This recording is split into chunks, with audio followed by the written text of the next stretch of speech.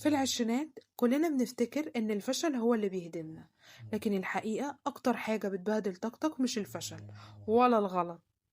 أكتر حاجة بتبهدل حياتك إنك تعيش حياة مش بتاعتك. دايما بنقارن نفسنا بالناس اللي حوالينا، شغل أفضل، حياة أوسع، علاقات أقوى، ودايما بننسى إن كل شخص ليه طريقه وتوقيته الخاص ونجاحه وظروفه المختلفة. المقارنات دي حتى لو شكلها بسيط بتسلب الطاقة منك بهدوء، بتخليك تحس إنك ورا، إنك شخص متأخر، إنك فاشل، مع إنه في الحقيقة أنت لسه في البداية. كل شيء ممكن يتغير. أكتر حاجة مؤلمة إنك تحاول تقلد حياة مش حياتك، وتعيش وتنسى نفسك وتضيع وقتك في حاجة مش هتناسبك.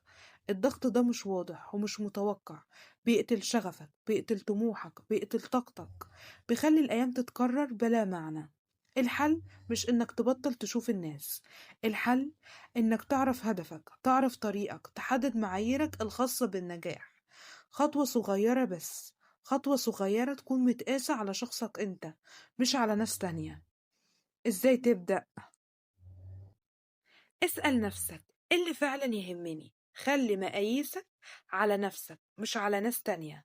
حدد هدف صغير واحد كل يوم، حاجة تحسسك بالحياة، حاجة تديك طاقة، حاجة تشحنك.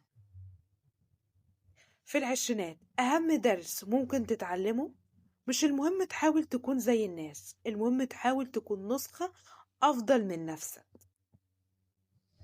لو قدرت تطبق ده هتحمي طاقتك، هتحمي طموحك، وهتقدر تواجه أي ضغط وأي صعوبات جاية في الطريق. لو حسيت إن الحلقة قربتك من نفسك أكتر اكتب في التعليقات أنا هركز على نفسي، واشترك في بودكاست قوة العشرينات علشان هنكمل رحلة سوا، علشان هنكمل رحلة العشرينات بوعي وتحفيزي حقيقي، مش تحفيزي على الفاضي أو كلام تزييف. اشترك الآن مع الكوتش أماني. إلى اللقاء في الحلقة القادمة مع سلسلة حلقات جديدة تساعدكم على تحقيق أحلامكم وأهدافكم وحل كل المشاكل اللي بتواجهنا في سن العشرينات.